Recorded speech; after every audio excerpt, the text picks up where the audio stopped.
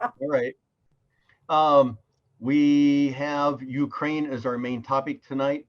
I was almost concerned in the beginning that we wouldn't even have a Ukraine by the time we had our meeting tonight. It's been amazing. As some people has mentioned, in some ways it is like seeing 1939 in color this time. When we had questions as to why didn't other countries do more, we're looking and seeing that. When we're seeing why aren't certain people fleeing from the Ukraine or from the area right now, we're getting answers as to why, or we're seeing why not. It's just been an incredible experience to go through. So we have a professor from my alma mater of UC Riverside speaking on the Ukraine area, and then afterwards we will have Anna Meyer, who many of us may know, who has some military background in that area as well. And I will be quiet, and we will let Piotr go first. And I hope that you people have read his biography, his bio that we put out in previous announcements of meeting tonight. And no point for me reading that again. So welcome to our group, Professor, and go to it. Well, thank you very much, Jerry.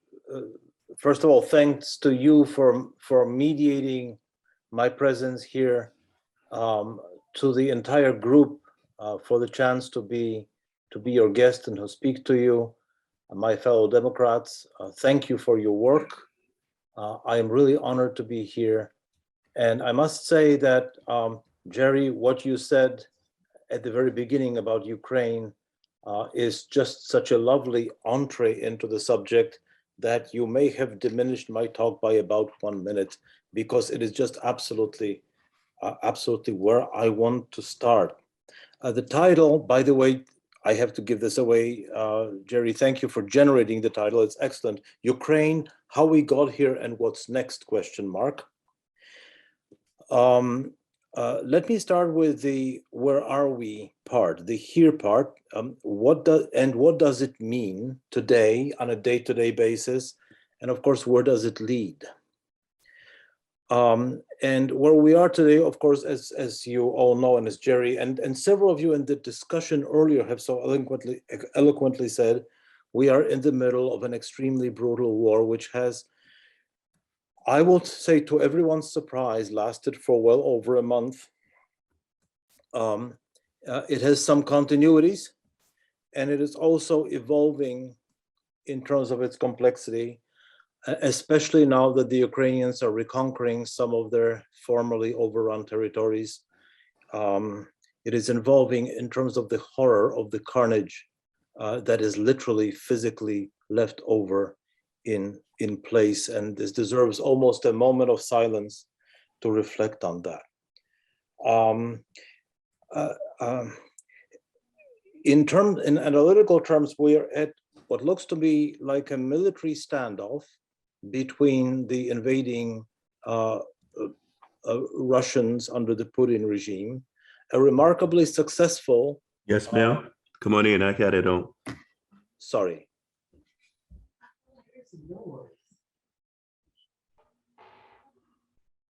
Shall I go on? Yes. Okay, great. Fine. A remarkably successful Ukrainian defense, constrained, of course, by lack of military resources. And I really have to stress this, an unexpected gift to us all from the Ukrainians, namely an opportunity to inflict a defeat, or at least a serious reverse that looks like a defeat and that is in fact a defeat, on Vladimir Putin. And I want to return to that opportunity as one of the threads of my talk. How we got here. How we got here is, it takes us into 3 chunks of time. The longest goes back to exactly 1989, 1990, 91. This is the end of the Warsaw Treaty, the end of the Soviet domination of East Central Europe, the end of the Soviet Union itself, and radical, dramatic, systemic transformations of all the countries in the former Soviet Union and elsewhere. Those are, of course, two somewhat different subjects, one being the end of the Soviet Union, the other being the end of its formally independent, but not sovereign, dependent entities dependent on it in East Central Europe. Poland, the former Czechoslovakia, Hungary, regions further to the south. Overlapping these, of course, is a small part of the Soviet Union that also fits in with that group in other ways, and those are the three Baltic republics. This is since I'm a historian, I risk talking too much about history, but let me simply say that this in itself is an incredibly full and rich subject to which I can't do justice. So let me simply say one thing about those long decades. The countries that became newly independent as a result of these transitions conform to two somewhat different models of change between now and today. The first model was what I would call a pull toward, loosely speaking, the West. That means the European Union, NATO in terms of international alliances, and almost more importantly, domestically, toward establishing constitutional democracies of different kinds, but with features such as checks and balances, independent judiciaries, strong protections against corruption, a major institutional transformation, and of course, a move toward the free market and capitalism. That's one model. That model was roughly pursued by the northern tier of the countries in East Central Europe, Poland, the former Czechoslovakia, subsequently Bohemia and Slovakia, and Hungary, with somewhat more evenly further down in the Balkans. And the other group of countries, very important, that moved in the same direction are the three Baltic republics, the only part of that was part of the Soviet Union. The other type of move was to remain, and I don't mean to make this sound sinister or wicked, but it was to remain partly associated with the West along the lines I just suggested, and partly maintain relations and to some extent ties of dependency with Russia, and or not to completely transform the system domestically. The three main countries that conformed to that pattern in Europe were Belarus, which I'll maybe return to in Q&A in case anyone is interested, a very specific case. Of course, Russia itself did not go successfully through internal reforms. And of course, the most important country in this context, and that is Ukraine. So let me zoom in on Ukraine as the key independent factor here, but also say something about Russia. Again, I could spend another at least 20 minutes talking about Russia. I can't, I couldn't, I don't have the time, and you don't have the time. But for a variety of reasons, which I'll be happy to unpack in the Q&A if anyone is interested, Russia between the 90s and today underwent a complicated transition from an unsuccessfully reformed governance on the other hand, but in terms of civic terms, free, multimedia, relatively open polity and system toward a dictatorship. And of course, that dictatorship was marked out by the years of Vladimir Putin and his actions. Ukraine was, quite ironically, given what's happening today for the Ukrainians and for the Russians, for that matter, Ukraine was a country with a long tradition of good relations, both with Russia, connections and so forth, and with places further west. Politically, domestically, the way that reflected itself during the 90s and until about 2004 was a sequence of perfectly orderly successions of governing groups and regimes and parties, some of which are relatively pro-Western, some of which were relatively pro-Russian, but all of which were a mixture of each. Between 2004 and 2014, it is fairly clear that the Ukrainians, as a people and as a political entity and system, began to migrate or move or evolve toward a much more pro-Western, pro-EU orientation. That takes us to probably the most important antecedent of today's crisis, namely the year 2014, which I'm sure all of you remember. And that was a dissociation or a conflict between clearly a majority of Ukrainians at that point who were opting increasingly for a closer relationship with the European Union, very, very important, the key for them, not membership, just relationship, with a view perhaps to membership later, and the then pro-Russian Ukrainian president, Vladimir Yanukovych, who, against all expectations, broke off negotiations on behalf of possible association with the EU of the Ukrainians in favor of an association with what Putin in the meantime had put together, namely a broadly, supposedly similar common trade area dominated by Moscow. That triggered the resistance that you all recall from 2014, which ultimately led to a rebellion, successful removal and ouster of Yanukovych, and immediately the annexation by Putin of Crimea and the effective annexation of the eastern reaches, far eastern reaches of Ukraine. And that had been the geopolitical status quo ever since, between 2014 and for the subsequent 6 years or so. What happened in the meantime is, after a long delay in 2014 itself, which I'm sad to say to this group, very much involved our former President Barack Obama, a dogged refusal to assist the Ukrainians militarily with being able to defend themselves, which they did to the best of their capacity.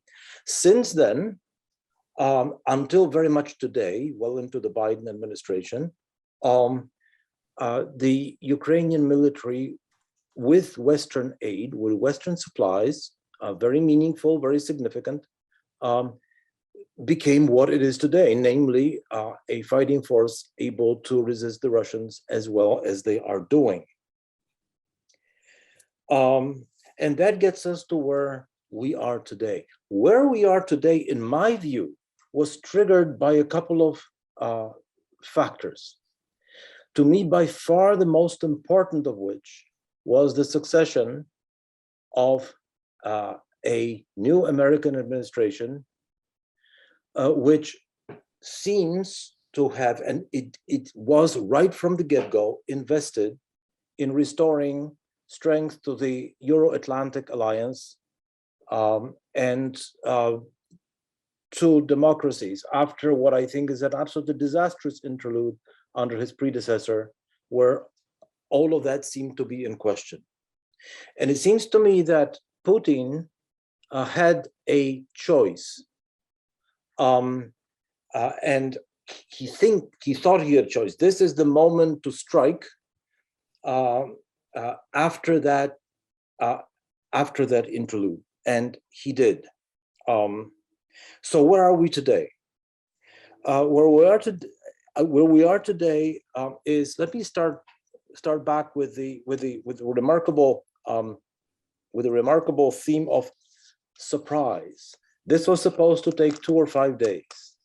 It has taken about 40, and it is absolutely not done. The prediction of the rapid Russian victory has not occurred. At the very beginning, Vladimir Zelensky, the president of Ukraine, was saying, "We are here to win," and that seemed to be a raising of morale. It now, to me, seems to be not unrealistic or quite realistic, given the fact that the Russians seem to be in a quagmire and be facing a possibility of defeat. Because I'm somewhat rushed in Q&A, I'll very happily talk about what I mean by defeat for Putin. In the meantime, Putin's army is in the process of pause, retrenchment, regrouping, and once again, as before, we don't quite know what he's going to do next. What is happening, of course, on the ground, as many of you have pointed out in the initial discussion, is just a horrific outbreak of warfare that is situated mostly in two fronts. One is in the north around Kiev and nearby, where the Ukrainian army seems to be the most successful, at great cost, of course, at resisting the Russians and to some extent reversing their progress. The other is in the south and the southeast, and here the key challenge for the Ukrainians, to which they are rising so far with success, is to prevent, especially around Mariupol, a land connection between the Crimea and the eastern, formerly Ukrainian territories. Of course, there is a massive wave of refugees, which doesn't concern this country directly. There is an unbelievable, extraordinary outbreak of carnage. Because what happens under those circumstances, as had been the case with Syria especially, is a frustration in defeating actual troops has translated itself on Putin's side in absolutely devastating attacks on the civilian populations. In the process, we have had a steady supply of Western armed support. I can return to this if you want in Q&A. I do wish, much as admire this administration's course of action and wisdom in general terms, I do wish for one slightly higher margin of risk in making sure that the Ukrainians are supported with heavy weaponry, what they ask for, but we can talk about what else to do. So where is this likely to lead, of course? While the war lasts and beyond, this depends on where we are in different parts of our geopolitical universe. Let me start with Ukraine, principally, and Russia, and the two of them together. There are now off and on negotiations called for by Zelensky some weeks ago, to which Putin and his regime finally started responding, presided over principally by Turkey to some extent, but that's much more transient and ineffective by Israel. I want to stress that any negotiated settlement is going to be extraordinarily difficult to achieve, and highlight the fact that what I'm going to preview as a possible outcome is not particularly either desirable or particularly likely. I'm a historian, I deal with the past. The future is not my cup of tea, but here is one possibility, and that is effectively a partition of Ukraine. And Zelensky has started giving signals that he accepts the country remaining neutral. Now, what is absolutely essential is what that actually means. It seems to me that when the dust settles, what we have here is a partition of the Ukraine, that is its loss of some of its territories to the east, south, and southeast, and a country that is neutralized in the strong sense. That is to say, that is unable to either join NATO or EU. Putin will have won. And we will be back to the same danger at a higher level later. My view of such an outcome would be that if this happens, if this really becomes, as some have said, North Korea and South Korea, or East Germany and West Germany, the Western portion, the pro-Western part of it, be as fully integrated with the West, including militarily, as possible. That will be a loss for Putin. That will be one meaning of defeat. So that's my 3 cents on what to do and so forth, and what might happen.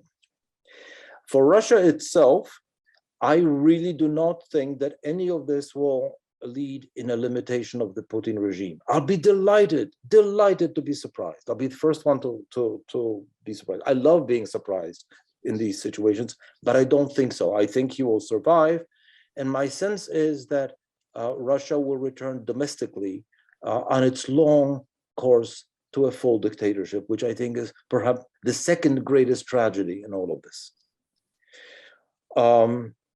For NATO and the West and Europe in general, it sort of depends where we are. Clearly, the front lines will then be the front lines of NATO, stretching from the Baltics to Poland and Romania, with a horrible exception of Hungary. Never mind, we can talk about that.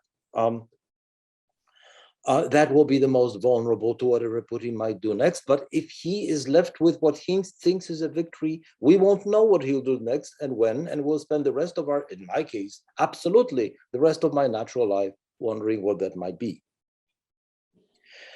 A very important part of the story that I cannot stress enough to my fellow Democrats here, having heard all the concerns here in your wonderful early discussion about the domestic challenges of the United States, precisely because of these domestic challenges.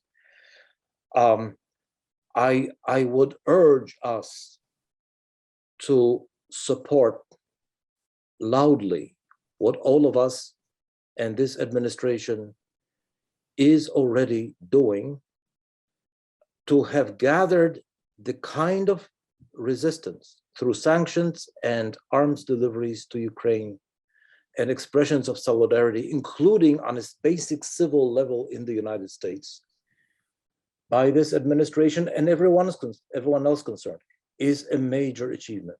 I myself would like, as I said, a slightly higher level of risk, but it's like talking about friends. We can talk about that. I would urge my fellow Democrats before the next two elections to go on a major advertising campaign of appreciation of where this country, where your country and my country are now in this horribly difficult time, both domestically and internationally.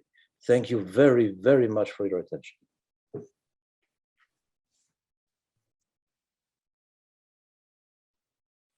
I'd like to ask the first question, if I could.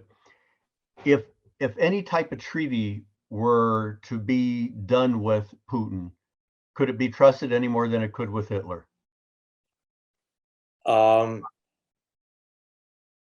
Before I answer that, could I ask whoever is in charge to at least for me, do a full grid? I don't mind a full grid. Oh, never mind. Jerry, it's you asking. Never mind. Well, that unfortunately is the question of the decade, of the century, maybe of the millennium. And of course, I think the answer is absolutely no. I don't like to get into these sort of rabbit holes of, is this person Hitler? Is that person Hitler? Is that not Hitler? The fact is that when you're dealing with clearly a lethal, ruthless enemy, it becomes not a question of trust, but inflicting a loss. My view is that one scenario for a loss is not my preferred scenario for a loss, but one scenario for a loss, if Ukraine loses, when the dust settles, an important stretch of its territory, is to welcome the rest of Ukraine into NATO, period. That will be a loss. And if Ukraine becomes effectively, we call it Finlandization, but this is worse than the Cold War in a certain sense. This is a regime on the make with an inferiority complex. So it seems to me that if we have a successful partition and a permanent removal of Ukraine from essentially being able to defend whatever is left of Ukraine, and they've proven they are very good at it, we don't need to worry about your question. That's the good news. Trust doesn't become the issue. It's simple deterrence. The relationship between the US and the old Soviet Union was not built on trust. It was built on an accurate recognition, mostly accurate. There have been periods of détente. There have been periods of hardening. We can enter that world again. It's called the New Cold War. But of course, I would not trust whatsoever any supposedly neutralizing concessions from Vladimir Putin. Okay, Chuck Reuter has a question. Unmute yourself, Chuck. Okay, my question is this. Do you think Putin attacked us because we're so divided in our country? You know, the Trumpy boy was very friendly with Putin. He damaged NATO. He did things that was not kosher. And I think that encouraged Putin to go after the Ukraine. What do you think? I have something that's very rare for me, namely a simple answer to a very good, complicated question. It is yes on all three. Yes, Putin both counted and took advantage of the fact that this country is domestically, for a variety of good and important reasons, immensely fragmented and therefore domestically vulnerable. And of course, that happened in the 2016 election. I'm very glad you brought up Joe Biden's predecessor, because there is this myth that that predecessor is sharing that, you know, with me this would not have happened. Now, maybe with him it wouldn't need to have happened. But my sense is that Trump was just extraordinarily and purposefully destructive in two directions. One is toward NATO itself, when he started demanding money from Estonia, for example, for being fully protected by Article 5. And the other is toward the European Union, where he systematically made relations worse and unfriendly with major countries in it, and with EU in particular. And it seems to me, as I said before, one of the turning moments of that explain why this was the moment for Putin to strike is that Joe Biden, I think, very well and very skillfully undertook to reverse and fix that process. And as we know from the Barack Obama presidency, about whom I've spoken critically before on a different subject, but not on this one, as we know from the Barack Obama presidency after the second George Bush, it is extremely difficult to reverse many years of a country's course. And in this case, the difficulties were international. So I promised you a simple answer. I didn't give one, but I really think that's an excellent question. Thank you. Nancy Young. I just wanted to ask your opinion about what's going on with other Eastern European countries that seem to be sliding into dictatorship. I mean, there's obviously Hungary, but Serbia and Poland has been problematic as well. Well, here there is a complicated answer, but this is another absolutely great question. One of the many challenges worldwide today seems to be a crisis of what is generally called liberal democracy, which I don't like adjectives attached to democracy. I mean democracy. And this has many manifestations. In a certain sense, Russia is a spectacularly important example of that. In a certain sense, no more, except it has a very militaristic and powerful army attached to it. I think that the slide toward dictatorship, which you're absolutely accurately diagnosing for especially Hungary, and I'm very sorry to say, since I'm from there and very much a part of their Poland, is a massive complicating factor in everything we're talking about on a number of levels. And again, I could spend another 20 minutes having a different East Europe question. Serbia is a somewhat different country because Serbia is an offspring, so to speak, in today of a major nationalistic, traditionally and continuously very pro-Russian resurgence in Southern Europe, very traumatic, actual great earlier outbreak of warfare on European continent, with especially brought to bear against Bosnia. So Serbia is not quite, Serbia is different from Poland or Hungary because Poland and Hungary had successfully made that westward turn that I described institutionally, constitutionally, economically, in terms of balance of power between judiciary and so forth. And unfortunately, particularly in Hungary, now this has been disentangled. Now, Poland in particular is in the robustly anti-Putin group. As you know, Hungary is in a robustly pro-Putin group. I happen to think that a country moving toward a dictatorship, even if it is in a robustly anti-Putin group, is sort of a mixed blessing. I'm sure that the Ukrainians have suffered enormously geopolitically by not having one or two really important Central European countries fully on their side in terms of being models of democracy. This is a complex question. I don't have a simple answer.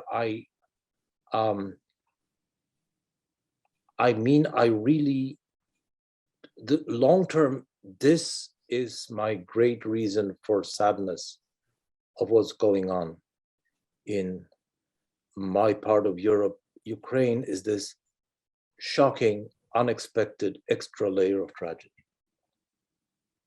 Thank you for a question. And we have time for one more question. Brian Nash, your hand is up. Yeah, thank you. This has been really, really interesting. And you said something early on that really kind of caught my attention, and that it sounds like you believe that Putin will likely come out of this still remaining the leader of Russia, and Russia will continue to slide towards full dictatorship. Did I understand that correctly? That's exactly what I said. I'm sorry. Did you have a part two? I have more to it, but I just want to make sure I heard that part correctly. So before I go on a long soliloquy, yes, you did. Go ahead. So with that assumption that Putin remains in power, and let's also go under the assumption that he is a competent leader. I know that there's been speculation about that, but let's just assume he's competent. Unless he is soundly defeated now, isn't he going to just use this as education and learning for the next time he does something bigger and better? Doesn't this just kind of set us up for a more catastrophic issue 3, 4, 5 years down the road, potentially? That depends on the outcome. There is a view that despite whatever the risks may be, I don't hold that view. I'm not sure this is right, but there is a view that he simply must be defeated in Ukraine, period. In every sense of that word, and that includes Ukrainian territorial integrity and Ukrainian independence. If he is, it will be what to a rat is operant conditioning. You get electric shock if you keep pushing in this direction. It's just that simple.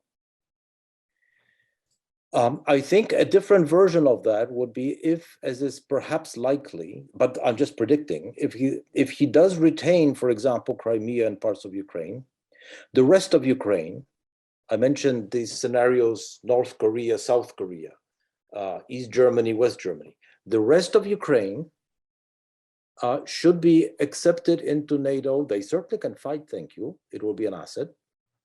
It'll always take them more time to get into the European Union, because that's how that works. And then he will have suffered a significant defeat, namely NATO expansion eastward. If it's anything short of that, then the scenario you have outlined is exactly what I think will happen. And we'll be having, as I said, these periodic discussions. At that point, I assume I'll be in fairly deep retirement, watering my roses, but unfortunately, I like the analogy to the 1939. I would say 38 is almost a bit more on target, because we supposedly still have a choice as to what to do. And that is a fundamentally important choice in terms of what happens. Thank you. No, I think I agree with you, and this whole thing's been fascinating. If I may say just one more thing, I can't stop talking about it, but as I said, I'm a medieval historian. I don't deal with the future, which is a good thing for all concerned. But again, we may be surprised. Surprising things have happened, but so far they've not been very good over the last several years, except for the Ukrainian capacity to defend themselves. Thank you. Good surprise. Thank you so much, by the way. Oh, thank you so much for being with us. That was very, very interesting. And I know I learned a lot. We really appreciate you being here with us. So did I, from the questions and from listening to you earlier. Thank you. Thank you. Thanks.